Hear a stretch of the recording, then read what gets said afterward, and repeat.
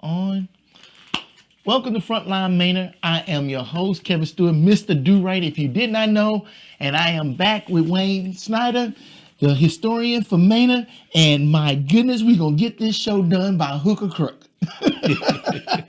I appreciate you putting up with me in these technical difficulties, but I think I got a setup now that's going to work all the time, every time. It looks a lot better. Yeah. You know, the funny thing about technology is it gets smaller and it's supposed to get better, but it doesn't, it's not, what's the word, dependable. Yeah, sometimes. So, yeah. So what we're going to do tonight, we're going to go back to the show we did last month. 2 months ago. Oh, 2 months ago. Yeah, because it messed up twice. Yep. I've been trying to get them back, but I get it, man. It's like, come on, you're starting to waste my time. But we're gonna get this show off the floor. We're gonna talk about some historical buildings in the area, Right. and the origins or possible origins of those buildings. And so, without further ado, I'm gonna let you have the floor, sir.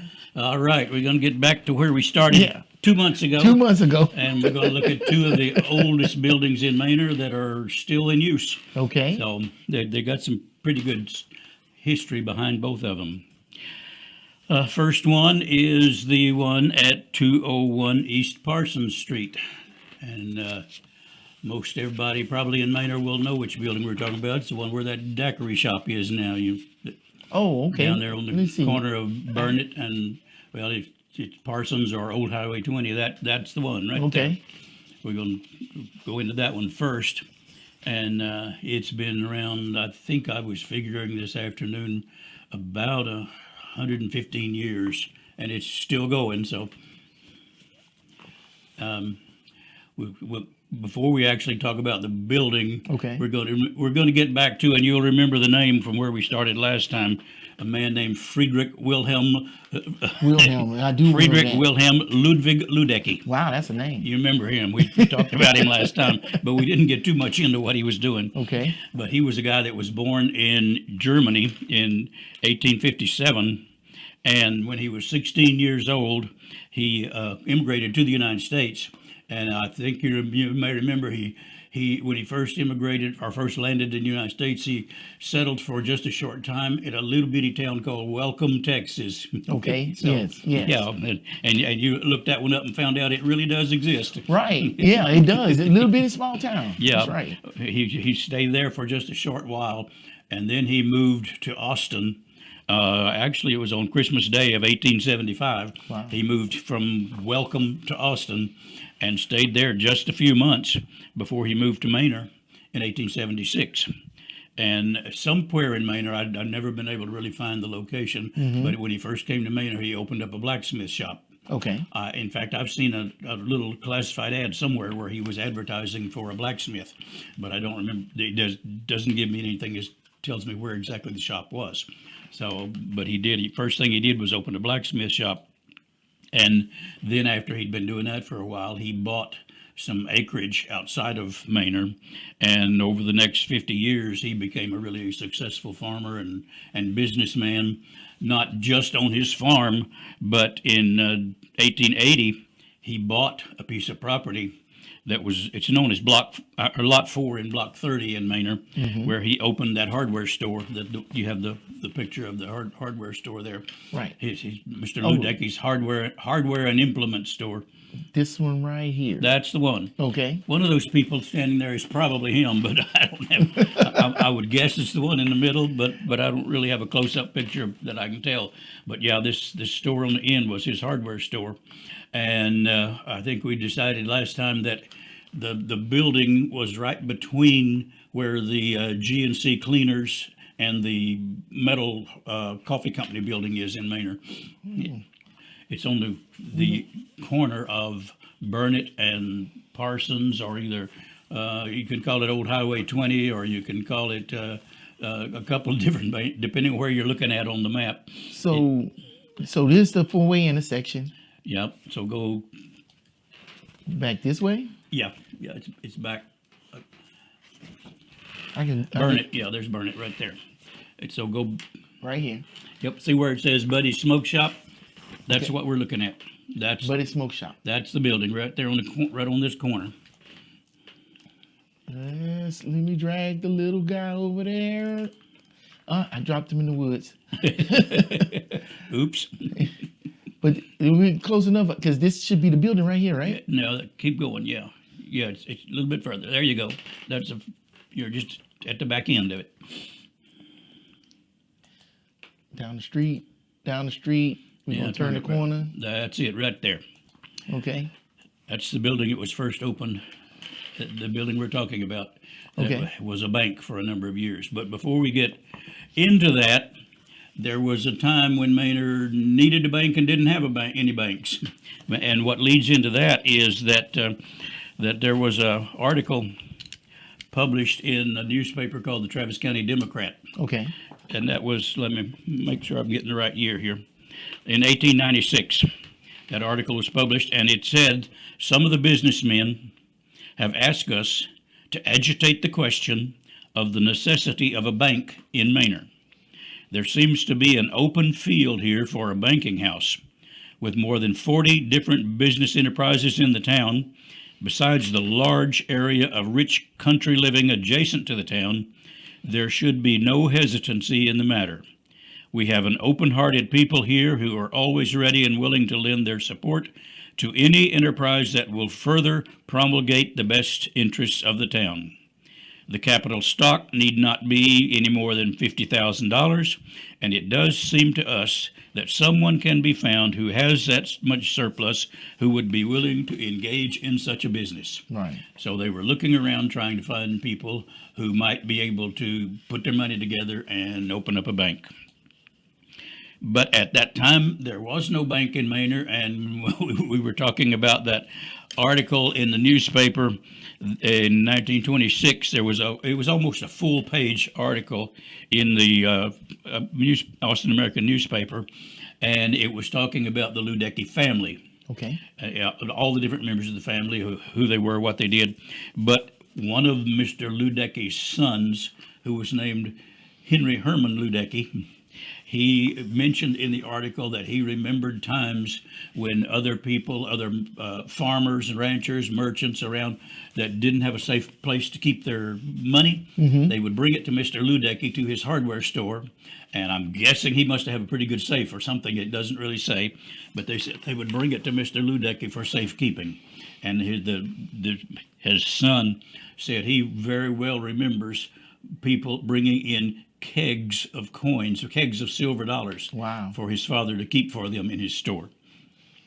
Now that kind of tells you they need a bank. Yeah. So Yeah. Kegs of it. Yeah. And when you say keg, a keg like the size of a keg today?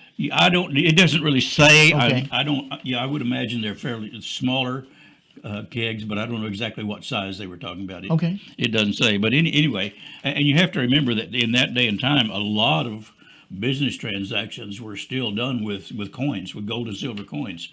You go through a lot of the deed records in that time period in early Manor days.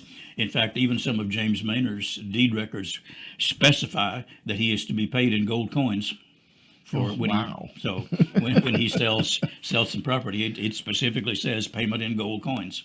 So it wasn't unusual for people to have a lot of coins available during that time, and they needed a place to put them or to for safekeeping. So if they didn't have a place, they brought them into Mr. Ludecky, who said, "I'll take care of that for you. I'll keep them for you." So That's wow. That's a lot of trust. yeah, well, he was a very well-known and very well-liked businessman in Manor by that time. So, Okay. so I'm sure they put a lot of trust in him, and it goes on to show that he did. He was worthy of the trust they put in him. Let's put it that way. Okay. All right, jumping ahead, 1904, February 7th, 1904. There was an Austin newspaper, just a very short article that said, the headline was, "Little Town of Manor to have a national bank." Yeah. So it was about time to get started. I guess they got the people together. And the sub-headline under that main headline said, "Enterprise of businessmen of that thriving little place evident in the new organization."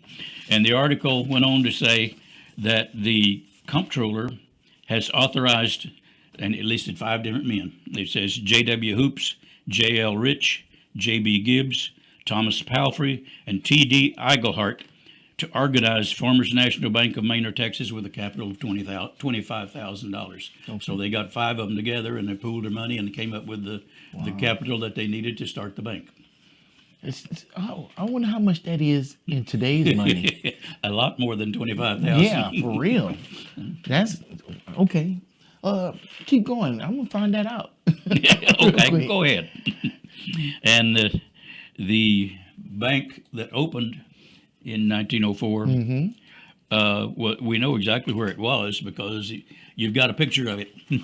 What year was that? When they came up with the bank?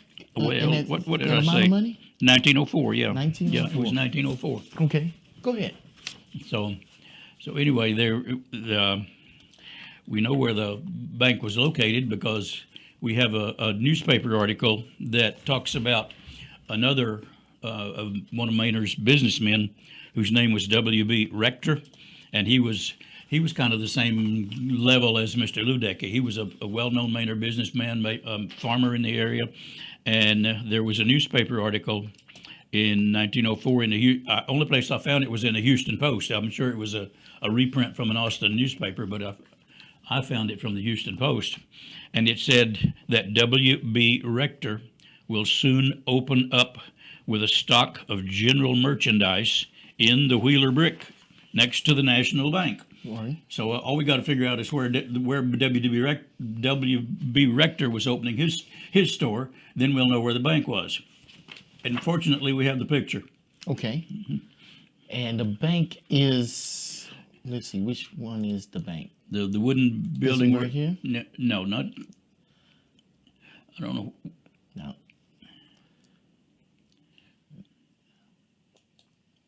There you go. Okay. He said that W.B. Rector would be opening up his store next to the National Bank in what was known as the Wheeler Brick buildings. Oh yeah, there is. Right Yeah, there, bank. on the other side of that, you see the sign that says W.B. Rector, Mm-hmm. and then you see the one there is halfway hidden behind that post, but it does say bank. Right. And you can see up at the top of there, you can count 1, 2, 3, 4 different buildings, and they're brick buildings. Right. So Mr. Mr. Rector opened up in one of those brick buildings that a man named John Gill Wheeler had built in downtown Manor. And so that way we know exactly where the first bank was. And that is sort of along where today it's going to be in the area where it's not exactly where the Manor Grocery is, but it's just a little bit down from where the Manor Grocery is, along where that Relax Inn little hotel is. Right. Right in that area. That's where that's going to be. Because there was a writing down on the bottom of that photo said Manor Main Street looking east. So we know which direction we're looking there. So it's looking east. So that was sitting a little bit where that little Mexican restaurant was. Yeah, right in that same block. Yeah, Okay. Right in that same area. Yeah, Ramos. I'm sure. Yeah, it's right in that same block. So we know where that was, and they apparently stayed there for about 3 years in that particular building, because in 1907 there was another short article in the newspaper that said, "Farmers National Bank is busy today moving into their new quarters." And the new quarters is the building we looked at first, that one on the corner of Burnett and Parsons. That's the new building they were moving into. And we know that is the building we're talking about because there are deed records that say that in 1899, another of Manor's businessmen and who owned a lot of property also, a man named J.W. Bidding, it's pronounced both ways. He was another prosperous Manor merchant, and we know that in 1899 he purchased lots 1 through 5 in Block 31 in downtown Manor, and real estate records don't really show what he paid for it. It just says $1 and other considerations. So we don't know exactly what he gave in return for it, but we know that 3 years later, in 1907, which is the same year that they're going to be moving into their new bank, in 1907, Mr. Bidding then sold 3,220 square feet off of the edge of his 5 lots there, and he sold it to Farmers National Bank for $1,000. Okay. So we know exactly where that was. So, what I was thinking about while you were saying that is we looked at the picture of the storefront, right? Which was not this one right here. Mm-hmm. Okay, and then I'm looking at this. Right. So where those awnings are, and right next to it, it looks like that's those buildings, right? Yeah, it could very well be still part of that same building. Yeah. But I think at one time you said they had a fire downtown. Well, most of they had several different fires. Okay. But you got to remember these were probably about the only brick buildings down there at the time. The rest of them were wooden buildings, and a lot of the wooden buildings would have burned down. But most of the stuff that burned, most buildings that burned, were on the other side of the street. In one of the really big fires. Okay. And even the Travis County Appraisal District today shows these buildings. They actually show they were built in the very early 1900s. So I don't know exactly. Some of them say 1900, some of them say 1905, right in that area. So part of these may still be part of the same brick building. Wow. I can't say for sure one way or the other, but they very well could be. So they've been there that long anyway. They've been there a long time. Well, in 1910, July 6, 1910, there was another newspaper article, and the headline was, "Manor is proud of its bank." Okay. And the article said the Farmers National Bank has refurnished the building. Now, this is just 3 years after they opened the building. It said Farmers National Bank has refurnished the building with a modern set of fixtures, marble base, brass railings, and so forth.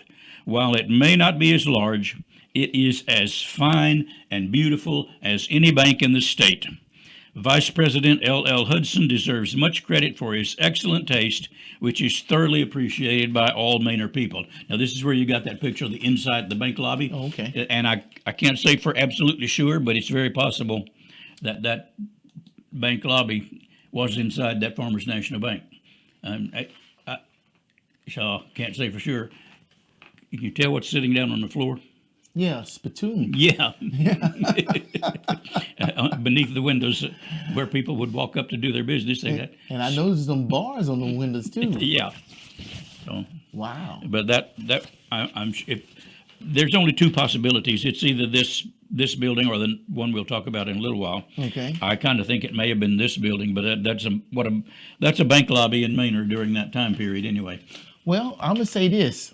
There's a lot of light reflecting off of that wall right there, and it looks like it could be the building that you're talking about.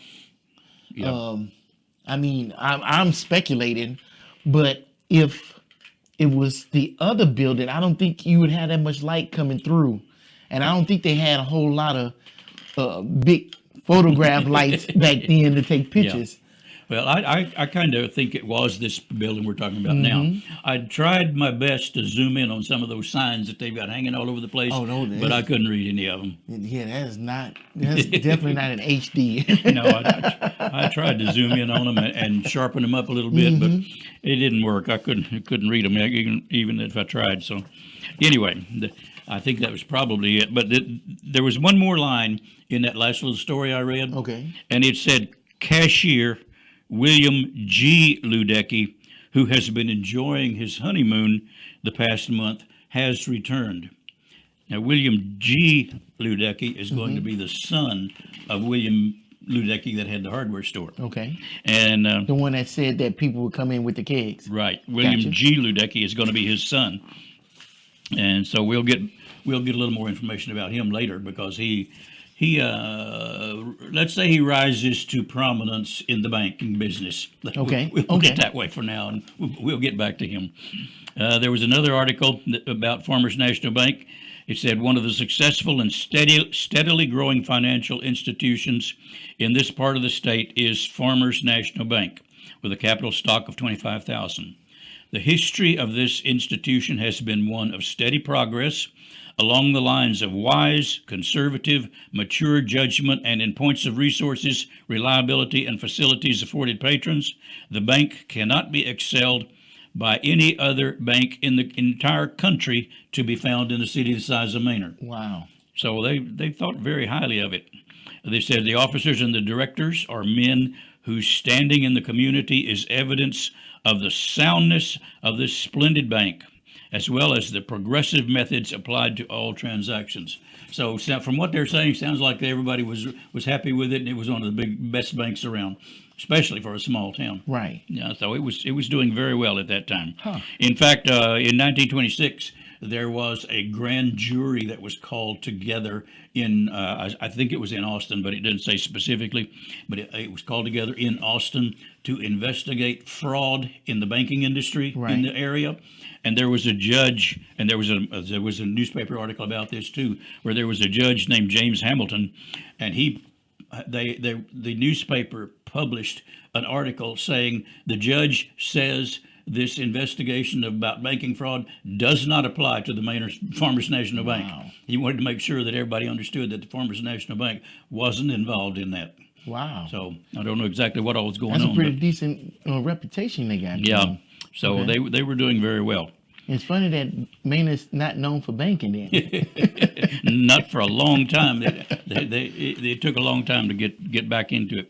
But anyway, the article was in 1926. Was in June of 1926. Okay. Now the thing is, 5 months later, after that splendid article I just read about how great the bank was, 5 months later, Farmers National Bank closed down. It ceased to exist. What? 5 months later. Oh, I can't wait to hear this. January 31st, 1927, there was an article in the paper that said the Farmers National Bank of Manor was closed on November 19th, 1926 by order of the Board of Directors. Huh.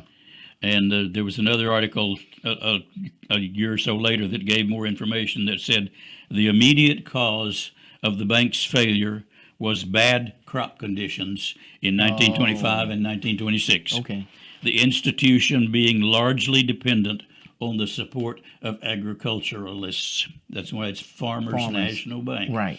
And they had a big problem with boll weevils on the cotton farms, and they had a big problem with crops not being made, and so the bank ended up closing down because they were losing money or were just not able to do the job that they had been doing. And the article said the institution was about 20 years old and at one time had a $50,000 surplus, but now they're closed. Wow.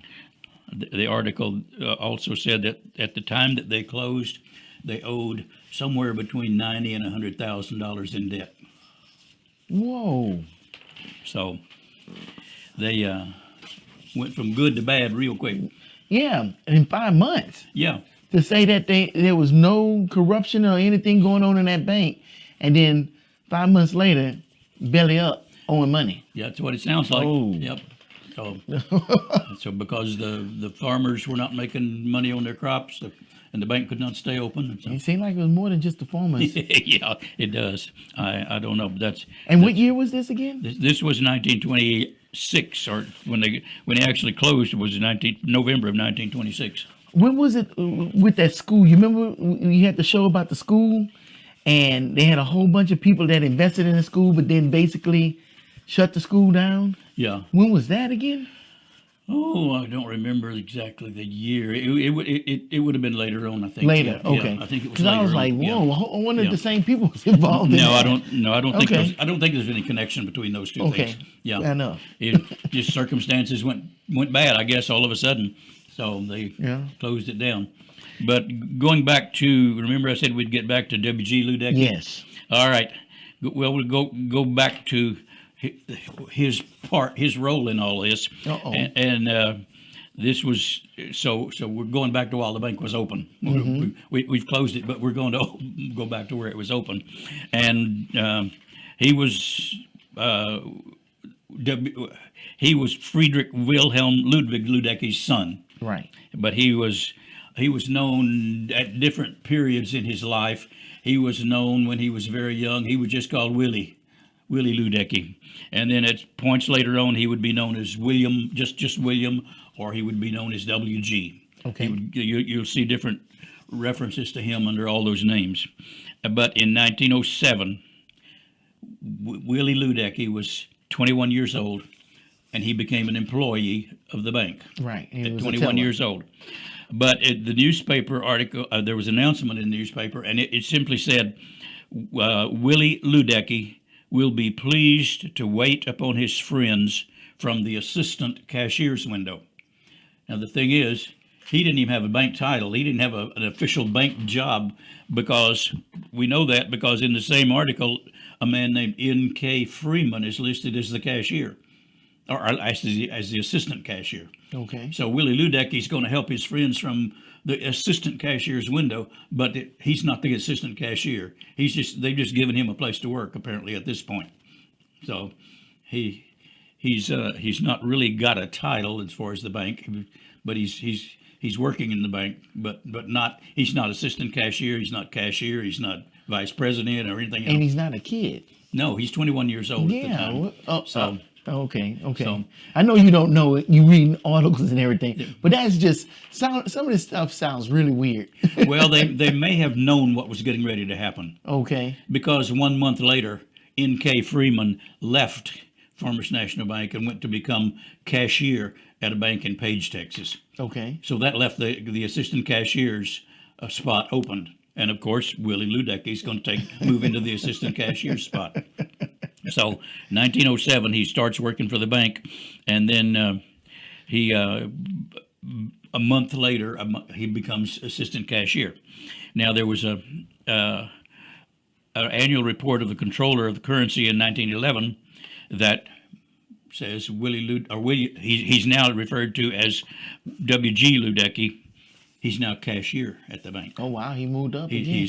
His title is now cashier. Well, there was another article, February of 1915, said W.G. Ludecky is now vice president and cashier. Wow.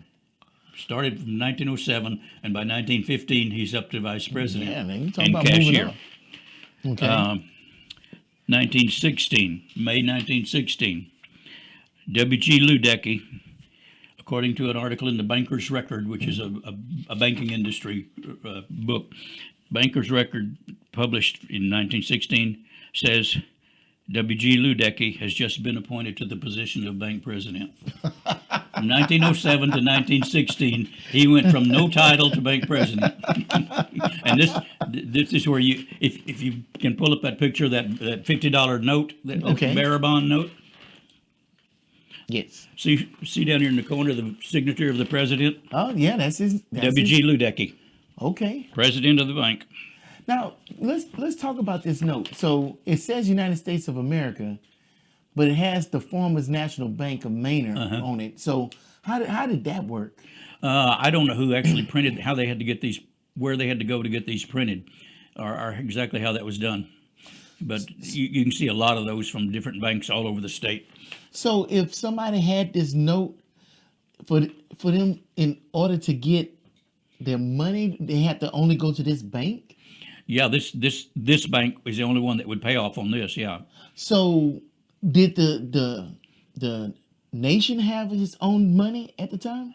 I don't. I can't answer that. I Okay, don't know. okay. I just know that the way I assume this would work, somebody would come into the bank and they would, put $50 into the bank, and they would get a bearer bond note, and anybody who brought this back to the bank could get Right. $50. It doesn't matter if it's the same person. If you came to me and wanted to buy something, and I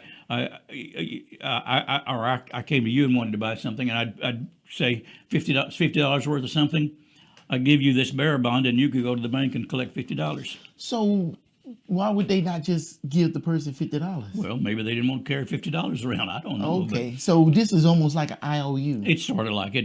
It's not really like a dollar bill of today. You couldn't just Right. hand this in as to payment of something. Right. But whoever is carrying this can go to the Farmers National Bank in Manor and collect $50. And so basically, this bearer bond would just circulate in town. Because would if think you so. go further out of town, it would be basically useless for anybody, unless they were willing to travel all the way over here to get the money. And you can find the 50s, and you can also find it was in $100 notes also.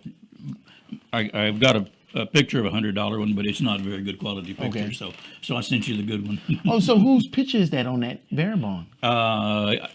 go back to it. I think it says, but yeah, John Sherman, who has something to do with the national, but I'm not sure exactly what his position was. But you can see his name says John Sherman Yeah. under that, and Huh. and you can see right above him it does say national currency. So it's like it's not like something just the Manor Bank came up with. It's Yeah. And then at the bottom it says cashier and president. So they got a Paul W. Paul Bowman. Bowman a is the name. cashier. He Okay. was cashier at that time. Yeah. Okay. All right. Fair enough. Okay, so it was a really good bank for a short period of time, and then all of a sudden it was gone. Mm-hmm. So what happened? I mean, what happened to the building after Farmers National Bank? Okay. That's where we go next. All right. What happened to the building? After the directors closed the bank for insolvency, the controller of currency in Washington, D.C., because this was a national bank, so it was controlled by the national system, not just by the Manor Bank. It wasn't an independent Manor Bank. It was a national bank, and so the controller of the currency in Washington D.C. appointed a judge named A.S. Walker as the receiver for the bank. He was to take over all the business and assets of everything of the bank and make sure that everything got closed down and taken care of, and to the best of his ability. Let's Okay. put it that way. But they were way in debt. There might have been some people that didn't get everything they were due. But on December 12th in 1926, there was a newspaper article that said stockholders of the closed Farmers National Bank have decided not to reorganize the old bank, but they will assist the citizens of Manor in the organization of a new bank. It was announced Saturday. The first meeting looking into the organization of the new institution will be held Monday night, December 13th, at Fireman's Hall in Manor. And someday we'll get to talking about Fireman's Hall. It was an interesting story also. Okay. At Fireman's Hall in Manor. We hope for a large attendance as the citizens of the town are showing the proper spirit by getting behind the enterprise as a community project. So they're saying that the Judge Walker is taking care of the business affairs, and they're meeting to decide what they're going to do with the building, and they've decided not to try to salvage Farmers National Bank. It's gone. But they will do something about trying to organize a new bank in the same building. Okay. So, 6 months later, a guy named M.C. Parrish, who Say the name again? Parrish, P-A-R-R-I-S-H, the initials, M.C. Oh, okay. Initials, M.C. Parrish, a man who is the president of University Bank in Austin. Okay. He purchased. University Bank has been around that long? Well, one of them has. Wow. I don't know. Okay. I thought that was a fairly new bank. Well, this was in what did I say, 1926. It was the year it closed, yeah. So he was president at that time of the University Bank in Austin, and he purchased the building and the fixtures and everything from Farmers National Bank.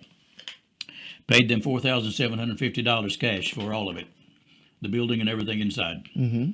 At the same time, he announced that the state banking board had granted a charter for an organization called Manor State Bank.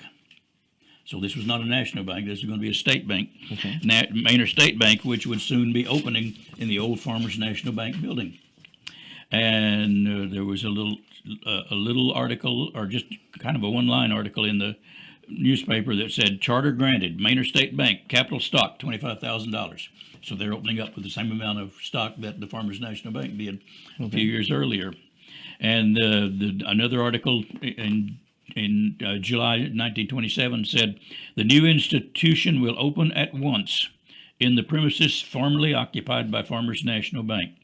Manor has been deprived of banking facilities of late, the citizens having had to do their banking business in Austin or in Elgin. They are therefore anxiously awaiting the opening, according to Mr. Parrish, and they have pledged their support and patronage." So Mr. Parrish, who already is the president and owns the bank in Austin, is going to come and open a Manor State Bank in Manor in the same building where Farmers National Bank was. Okay. And the next day, there was another article that said business operations of Manor State Bank began on Saturday morning at 9 o'clock when E.B. Howell, Howell, who was the rural mail carrier in the area at the time, made deposit number one in the brand new bank. And so they had opened a new bank in 1927, opened up Manor State Bank in the same building where the Farmers National Bank. Wow, they had didn't been go too long without a bank. Huh? No, they didn't, and that was a good thing. So, 3 months later, there was a financial report made of Manor State Bank, and showing that they had at that time assets of $155,522 Okay. and 21 cents. 2 years later, this was 1927. Mm-hmm. 2 years later, the stock market crashed. Oh, wow. October 29th, 1929, stock market crashed, causing what was known as the Great Depression. Right. And a lot of businesses, a lot of financial institutions were forced to shut down. Mm-hmm. Manor State Bank was one of them. Wow. So they had only been open a couple of years and had to shut down because the stock market crashed. And whereas their financial statement was showing $155,500 something just a few months before, yeah. at the time that they were in 1930, April of 1930, they were showing they had 84,000. So they had dropped from 155,000 to 84,000 When the crash happened. when the crash happened. Oh, so there was a run on the bank. Yep, 70, probably so. Yeah, $70,000 less than they'd had just a few months before. Okay. Which means the bank is going in the wrong Mm-hmm. direction. So, and the Rand McNally Bankers Directory in 1933 said that Manor State Bank, the way they listed it, said they went into voluntary liquidation on March 7th, 1932. Wow. So, from 1927, when they opened, they were completely out of the business by 1932. Wow. And there have been quite a few other businesses in that building since the bank closed down. Some you may or may not remember. How long have you actually been in Manor? Not that long. Yeah, About 2 years. Yeah, that's what I Three. thought. That's what at I the thought. most. Yeah, I don't know why. I was looking for something today on Travis County Appraisal District website, Okay. and just happened to be in the neighborhood where you are, and I think it was showing you bought your house in 22. Is that right? That is correct. So I didn't know whether you'd been here longer than that, or No. that was your first time to be in Manor. First time to be in Maine. Okay. As soon as they- So then you wouldn't remember much anything, but there were a few other businesses in that building, and probably the one that was there longer than anybody else was the Manor City Hall. Oh, Maine City Hall was in that building. Yeah. Wow. They okay. were there. I found one record that said they were there at least as early as the 1970s, but it didn't give exactly a year. But it said 1970s, and they only moved out of that building to where they are now up here on Lexington in 2017. Oh, So okay. they were there for a long time in that building, Manor That's City not Hall. a very big building. No, and those the way you see it now, you see those buildings that are on the back end of that Right. building. You also had the police department and the fire department and at one time the city jail, All in that one building. all in that one building. Well, let's go to today's building. This is let me go back to the map. And That's interesting. I don't know exactly when each one of those separate departments might have moved out, but I know the city hall was in there at least until 2017. All right. So we back on the map. We're gonna turn around. Move back. So this building Right. right here was added on. That was added on later, but the one I don't know when that particular part was added on, but on the backside you've got all those others that were Right. in there, and there would have been the police department. There are pictures you can find online that show police cars sitting right outside of that area. Wow. Okay. And where would they have a fire truck at? That's a good question. for a, for a long time, for a long time, all Manor had was a volunteer fire department. Okay. So, I mean, when I was growing up, when I was going to Manor School, the volunteer fire department was, I think it was a 1955 Chevrolet pickup. That was the fire department. That was it. That was their vehicle. Well, did it have a tank on the back or something? I can't remember for sure. I'm sure it had something. Okay. But it was a blue Chevrolet pickup was Okay. was for the volunteer fire department. Okay. So they didn't have much more than that for a long time Okay. because I graduated in '62, so it would have been at least until then. So I don't know how much longer after that. Okay. That's. So what was the population back then?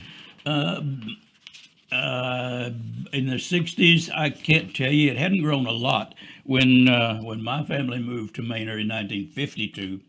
The population was 766. Oh wow! And the majority of the people stayed basically right here in downtown Manor, where downtown Manor Yeah, is. it included whatever was in the Manor city limits. I couldn't Okay. tell you. I could pull it up one day and show you where the city limits were, but I can't tell you because it's a long, complicated diagram. Okay. But yeah, in the Manor city limits, the official population, according to the U.S. Census, was 766. Wow. And that was in 1950. So Okay. so it didn't grow a whole lot until just a few years ago. Right. So, if I remember right, now that you mention it, I think at the next census, the population was just a little over 1,000. For some reason, the figure 1,022 comes to mind. So I think the census signs were changed to little just over 1,000 by 1960. Okay. So it wasn't too big. I just found out something just a couple of days ago, or maybe a couple of weeks ago now. I just found out that a guy I went to school with was on the Manor City Council back then. So I never knew that until a couple of weeks ago. Okay. But he was one of the Manor City Council members, and at that time, this was 1972 that he was serving at least in 1972. But his wife, I contacted her and asked her about it, and she said, yeah, he served. She thought he served at least 5 years. She wasn't sure, but I know he was there in 1972, and I went to school with him. I mean, he and me and his wife all rode the same bus Okay. for about 10 years. That's cool. And I never knew he was a Manor City Council person, but he was. So Okay. But he also owned a hardware store in downtown Manor at one time, and actually you could you actually were showing the building a while ago that he owned, where he owned the hardware store. Okay. If you could go back to that same block that you were showing downtown All right. and flip it around this. Yeah, keep going. Wait, stop. Back up. Back up. Now go down the street. Keep going. Okay. Hold on. Let me show everybody what we're looking at. There we go. All right. All right, going down. Now, that building right there on the corner that's now the sports bar, Okay. that's where he had a hardware store. And what year was this? It was in the mid '80s. I've got Okay. I actually have a picture, a photograph that was taken in 1987, and it shows a sign on the side of the building that has his name and the hardware store. Huh. Okay. His name was Townsend. Last name was Townsend, and it shows that they owned the hardware store in that building in the mid '80s. So anyway, I just found out some of that very recently. But anyway, that's what happened to the Farmers National Bank and the Manor State Bank. Okay. That's that building. Now we got another building. It won't take us long. This one doesn't have the history that the other one did. All right, if you'll go to the next bank building that you have there. Okay. Let's see. Not that one. We're talking about this That one. Okay. That is a bank building also. That's on the corner. That's right there at the four-way red light. Right there on the corner. And that one the address is 101 Lexington. It wasn't always 101 Lexington. That address has changed but a lot of Manor addresses have changed over the years. They're not the same as they were. But right now it's known as 101 Lexington. Okay. And it's known on the deed records and on plat maps as Lot 10 in Block 29. and it's would become one of the banks in Manor. It was part of the property that was given to James Manor when the city was mapped and platted. I don't know, you may remember that I think I told you that the half of the lots in the town belonged to the railroad and half of them belonged to James Manor. Right. Well, this is one of them that happened to belong to James Manor, and so it was part of his property, and it was one of the very first lots that he sold in the brand new town of Manor, because the new town of Manor started in either late January or early February of 1872, and the first sale of this lot 10 in block 29 was March 13th of 1872. So it was one of the very first lots that he sold in the town, and he sold it to two different doctors. The two doctors got together.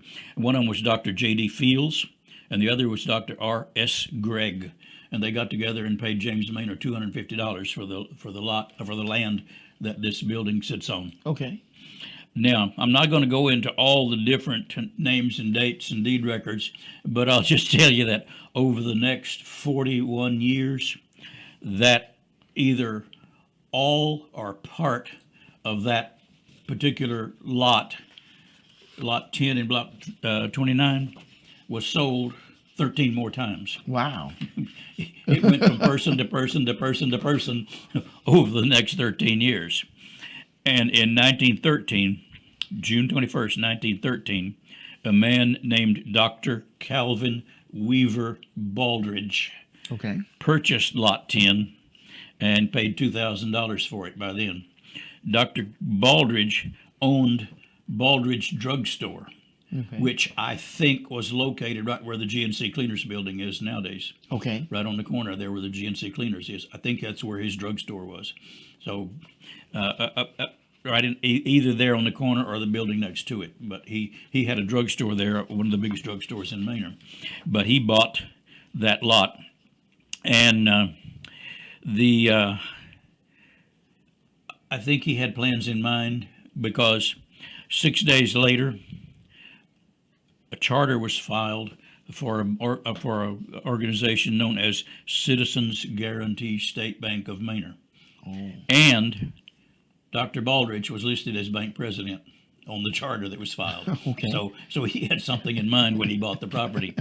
And then just a month later, well, it wasn't but about 3 weeks later, another deed was signed showing that Dr. Baldridge sold the property to Citizens Guarantee State Bank. Okay. He was still listed as bank president, but he sold the lot over so that it officially became the property of the bank, and that was also for the sale of $2,000. So he bought it for $2,000. He sold it for $2,000. He wasn't trying to make money on it. He was buying it so they could set up and open the bank right there. Okay. That's what was going on. October 1913, Austin Statesman's newspaper said, "Has Manor been asleep?" That was the headline on an article. "Has Manor been asleep?" And it went on to say, "It seems that Manor is thoroughly waked up and has the building fever. The foundation has been completed and bricklaying has begun on Citizens Guarantee State Bank building, which is to be a 2-story brick, handsomely furnished throughout." Well, that's definitely the building. 1913. That building was built in 1913. It's been there since then. Wow. So about 112, something like that, years. That's amazing. It's been there that long. And So still standing. yep, and I don't have an exact date for when it opened. It was either late 1913 or early 1914. I don't know for sure which, but it was probably early 1914, because this was what did I say? July, October. Yeah, October is when the article said they were laying the bricks. So it's probably either very, very late 1913 or early 1914 when the building opened and the bank opened in the building. And you know the way it is now. You've got for a long time it's been some kind of restaurant in the front part of the building, but there's also a back section of that building, and that was originally the Manor Post Office. Whoa. So, going back to this picture. Yeah. So you're saying the front part where the white pole is was Yeah. a restaurant. Yeah, mostly just restaurants and that sort of thing. Since the bank went out, yeah. Right. Okay. Since the bank. So when the bank was there, the whole building was the bank. No. Okay. When the bank was there, just that front part was the bank. Okay. The back portion back there is where the Manor Post Office was. Okay. At the time that the building was built, the Manor Post Office was directly across the street, right behind where GNC Cleaners is now. Okay. That was the post office. But the building was built with the plan that the post office would move into the back into the building. And what was upstairs? Probably I don't know. I would my guess would be offices and things like that at that particular time. Okay. Now we'll get to something in a little bit that'll tell you a little more about the upstairs. Oh, but, all right. But I would imagine when the building was first built, it was mainly just made for offices or things like that. But Okay. because there was nothing else mentioned.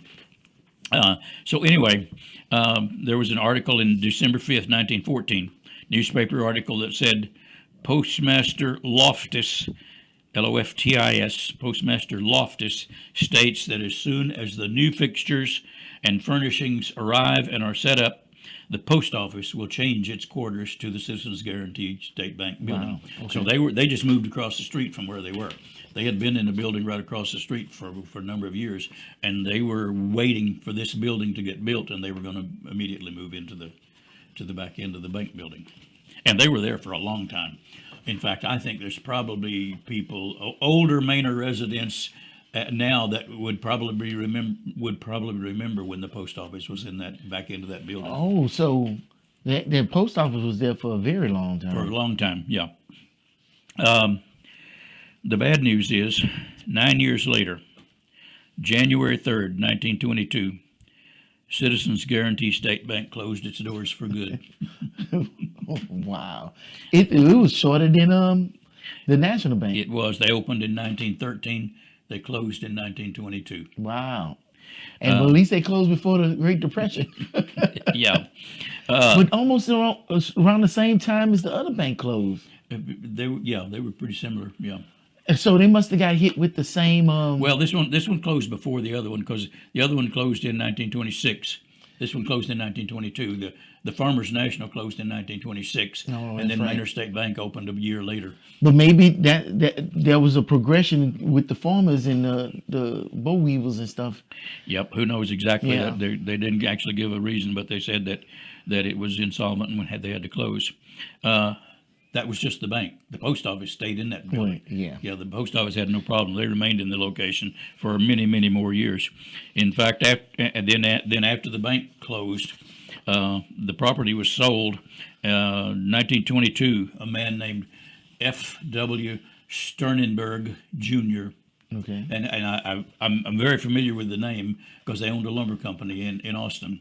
They owned Sternenberg Lumber Company. Okay. When the county paved Blake Manor Road out past my house in that area, this was in the mid 1950s, I think it was. I Okay. could be wrong, but when the county paved Blake Manor Road out there, of course they redid the culverts, and for some reason they put new gates up for all the properties that had fenced property. They put new gates up, and it was a red gate, and it was a wooden gate, but with metal framework. Okay. And on the wooden boards of the gate, you could tell that the gate had been provided by F.W. Sternenberg Lumber Company.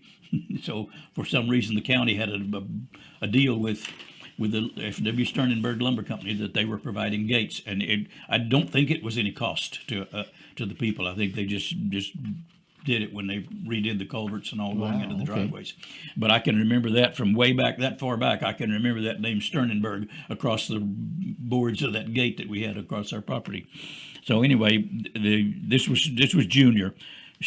Sternenberg Senior was the one that owned the lumber company, and Sternenberg Junior was the man that purchased the bank building. And the deed record says, with all the improvements thereon, he paid $10,000 for the building and everything in it. Wow. So And it keeps going up. The lot was bought for $250. $250. And then it was sold for $2,000. Right. Now we up to how Up much? to $10,000. $10,000. And with the building and all the fixtures inside the building. I guarantee you that lot right now is over $2 million. Yeah, I haven't looked it up lately, but you could very well be right. The next year, Mr. Sternenberg sold all of Lot 10 with everything still on it to a couple of guys named Hubble and Thurman, and he sold it for $6,750. Wow. Wow, he took a loss on He it. did. But there was one stipulation in this one and the next two or three deeds when it was sold. One stipulation: the new owner had to keep fire and tornado insurance on the building because the post office was still in the building. Okay. So they had to do that. Now, somewhere on there you had a while ago this hand-drawn map. Yes. Yeah. I'll tell you just a Yes. little bit about that one. Yeah, this was drawn, and you can see right at the top there, it says Manor, Texas, 1924 by Frankie Gage Hennig. Yes. I don't know why Frankie Gage, her maiden name was Gage, her married name was Hennig. I don't know why she drew the map, but if it actually was drawn in 1924, one thing I do know about Frankie was that she graduated from Manor High School in 1925. Okay. So this would have been a year before she graduated, and she's drawn this map of downtown Manor. For some reason, I have no idea why, but if you can see right down right under the XIN in Lexington, Right. that's the bank building we're talking about. And it says at that time, Moses Grocery Manor on the first floor, and upstairs, Dr. Cook and Nurse Hannah Gustafson. You can't, it's a little hard to read here, but that's what it says, Nurse Hannah Gustafson. So they were upstairs on the second floor. So you asked earlier what was the second floor. They, at that particular time in 1924, it was doctor's offices. Wow. And that new building that's right behind it looks like there used to be a bakery. Yeah, there were a And a number of different. blacksmith shop. Yeah, there's a Rosalie blacksmith shop, Bill Rosalie blacksmith shop. Yeah, there were a number of different blacksmiths. See, if you look straight up, Yeah, next door there's Joseph another Blacksmith. blacksmith shop. And another one across the street from Yeah, that. there were several blacksmith shops in Manor at one time. Oh, and yeah, Main Estate Bank and the W.H. Jones Hardware. Wow. Yeah. Wow, that's So- pretty cool. Yeah, it's a good map. It shows a lot of things that were there then. Now, at the bottom, it says compiled in 1941. Where are you looking? I'm not. At the very Oh, bottom. yeah. Evelyn somebody. Yeah, I can't Can't tell what that says. I can't read that from here. Yeah. So, but anyway, I don't know why she drew the map, but she did, and it shows exactly that. And there's a deed record that shows that in 1924, or that shows that that in 1924 that she says there was a deed record that says Dr. A.T. Cook and Nurse Hannah Gustafson were upstairs, and that Moses Grocery Store was in the first floor of the bank Well, that's building. a small grocery store. Because I've been in there. I went to the taco place. Yeah. And that's not a very big space.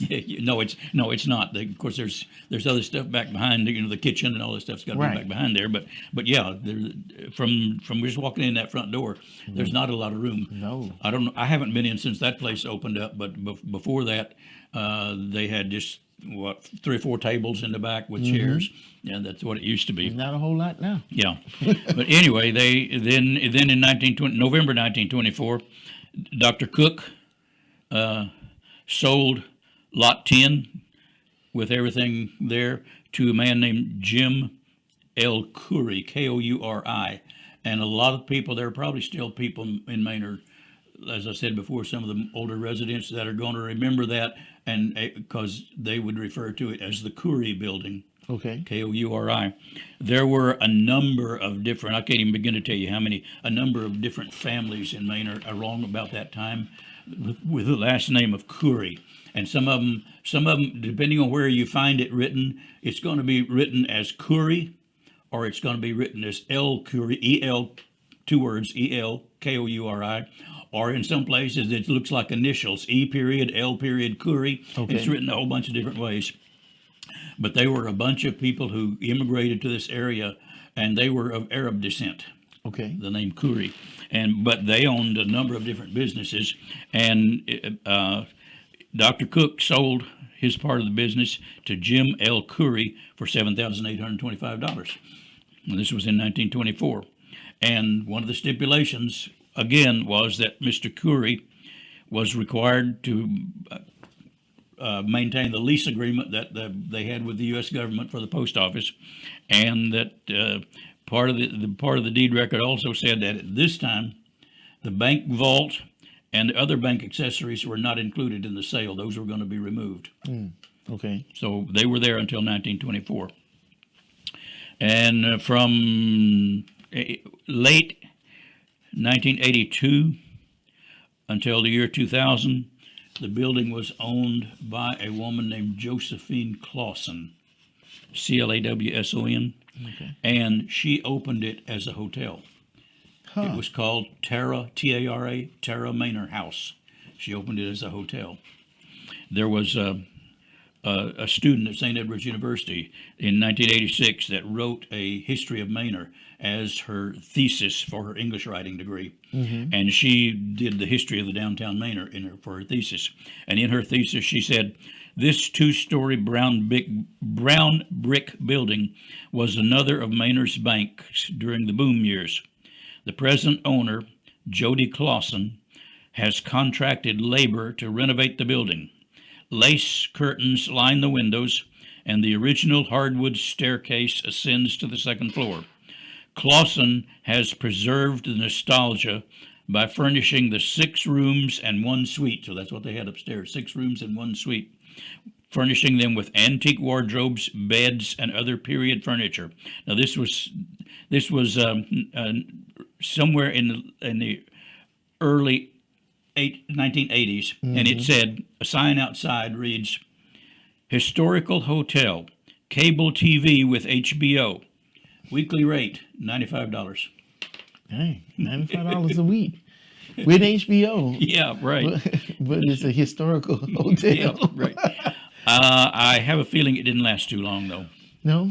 No, I don't think it, because I never even knew that until I started looking into some of the history of that building. I never even knew that there had been a hotel there. Okay. But this person that I was telling you before that I went to school with, that we rode the bus, she knew about it, and because I had seen history of Manor that she wrote at one time, and she mentioned that, and I asked her about it once, and she said, yeah, there was a hotel there for a short time, but I was not living in Manor at that time, or near Manor at that time, so I didn't realize it. So there was 2 hotels in downtown. How long is the hotel that's there now been there? Which The one that's there now, right there on the main street. Oh, the Relax Inn? Yes. Yeah. I don't know how long that's been there. Okay. It's fairly recent. I mean, it's not. Oh, really? It's not a historic hotel. No. Okay. No, Okay. It was opened in some building that was already there. They made the hotel. Huh. Interesting. Yeah, that wasn't one of the historic hotels of Manor. Anyway, that's why I was asking you earlier about how long you'd been in Manor. Yeah. Over the years, there have been a number of different businesses in that building since the bank and since the doctor's office and since the grocery store. There have been a number of other businesses. Let's say in the very recent history, just a few of those. In 2009, there was a Taekwondo business in the back part of the building. There was in the same year, there was a company in the front part that was called Pizza Plus Wings. Really? In the front part of the building. And then there was, I think it was in the back part in 2011, was Crenshaw Beauty Supply. And then in 2015, there was Big Country Grill. Wow, in the front part. Yeah. And then 2019, the back part was Remember Me Tattoos. They left. I think they left Manor, but I think they still have a place in Elgin. Okay. That was in 2019, and then from 2020 to 2023, there was a little studio that was called Dancing Jazzy. Now I seen that. Yeah. Okay. So it was there for a few years. So then, yeah, this would be the ones you'd remember. Then Lily Mae's Comfort Food went into the front part of the building. Yeah. And then there was a pinata store in the back part of the building. Now. Yeah. So, and then of course, just 2, 3, 4 months ago, that Taqueria San Juan opened up in the front part there. Hey man, what's going to happen in the next 6 months? so that's a lot of the stuff that's been there in the more recent years. Wow, that's a lot of history and a lot of businesses. Yeah. Doesn't give you a warm fuzzy about small businesses in Manor, does it? Not at that time. It didn't. I think things may be a little different now. Yeah, But that pizza and wings place probably be blowing up right now, being Yeah. that close. the only way you could find that is if you go on Google Maps. They give you, if you go on Google Maps, you can look at the years gone by where they photographed it, and you can find it on there. But Oh, but we're on Google Maps now. Show me that. Show me this. well, I don't. Let's see. Let me get back to it. Bam, and went too far. Nope, that's not it. That's it right there. Bam. So how do you do that? We probably have to get out of this view. Yeah. Well, no, no. I'll leave it where it was. Go back? Any It'll do it there too. of those. We can do it on any of those. Well, let's hit the corner, right there in the middle of the street. All right. Now, if you're looking at that building, see right up here, and just leave it where it was. Okay, right here. Now, see up here in the corner of the black box? Can you see on the bottom line it says "See more dates"? In the kind of blue text there, see more. See that it shows that this picture you're looking at now was taken October of 2024. I don't know how you said that you had because I'm looking in the wrong spot. You talking about right here? In the black box up in the left corner, yeah. Yeah, see more dates. Click on "See more dates," Okay. and it shows you all the different years and Oh. dates when they photographed that building. So 2024, And at one point, 2023. I don't. Let's see when did I say the pizza and wings was there? 2009. 2009. So if you click on the arrow down here on the end Okay. and go back to 2009, yeah, right there. 2009. And Oh, wow, if that's you can a zoom totally in now, different you'll place. see on a sign right on the corner of Yeah. the building that says pizza and wings. Pizza and wings. Yeah. Well, that is interesting. 2008, they didn't have a pizza and wings. I'm just curious. I want to see over here. So there's nothing here. All in right, 2008. zoom just a little bit further around, swing it just a little bit further around. This way? Yeah, and you can see there was a gas station there at that time. At 2008 there. Well, hello there. We're about done. And then 2009. Wow, this is this is cool. Wow, the tire place. Uh-huh. basically And looks now the where they've same. got the food trailers and all that stuff out there. But look, there's another building right here. Oh, that went. Oh away. yeah, there was. Yeah. I guess we have to. Yeah, if you zoom in on it too much, it changes back. But Yeah, there was a metal whole building. There was a metal building there until just a few years ago, and they used to sell all kinds of piñatas and stuff out of that building. and But- now it's gone. and this one over here has been torn down also. The one across the street, the other side, that one's been torn down. This one, yeah. Yeah, that one. Interesting. And I guess the city owns that property now? Because it has yeah, a little park there right now. Yeah, city owns that property now. Well, wow, this is. Wow, no. We got to go back. Look at these trees. Look how small these trees are. Wow. Oh, this is very interesting. Figured out something new, didn't you? I did. I didn't even know I could do that. But I think that's interesting, using this as like a time machine to go back and see the history of Manor. Well, see, this for years and years and years, this intersection was known as the four-way stop. Anytime you mentioned the four-way stop in Manor, everybody knew you were talking about that place right there. Yeah. Because it's just stop signs. There's no traffic lights. Yeah, and that's 2009, and there's no Yeah, traffic lights. right. But then you still got the big trucks coming through. Oh yeah, Oh wow, that's but that was the four-way stop. That's what everybody knew that as. amazing. And now you go up a few years and you've got traffic lights. Yeah, it only took. Well, look, it jumps from 2011 To to 2016. Yeah. What So happened? sometime during that period is when it changed. Yeah. Okay, interesting. And it was a wet day that day. It was raining that day. Okay. All right. Listen. Well, it was good to have you back. Let me get back to. Here we go. Nope. I'm still not where I'm supposed to be. This is Inception. I got a computer screen and a computer screen and a computer screen. All right. So, bam, full shot. All right. So it was good to have you back. We finally got this story told. Yeah, we did. After the third we month. finished it. And so, what do we have to look forward to next time? I've got something that I've been working on very recently that I Okay. would like to do next time, if you're agreeable.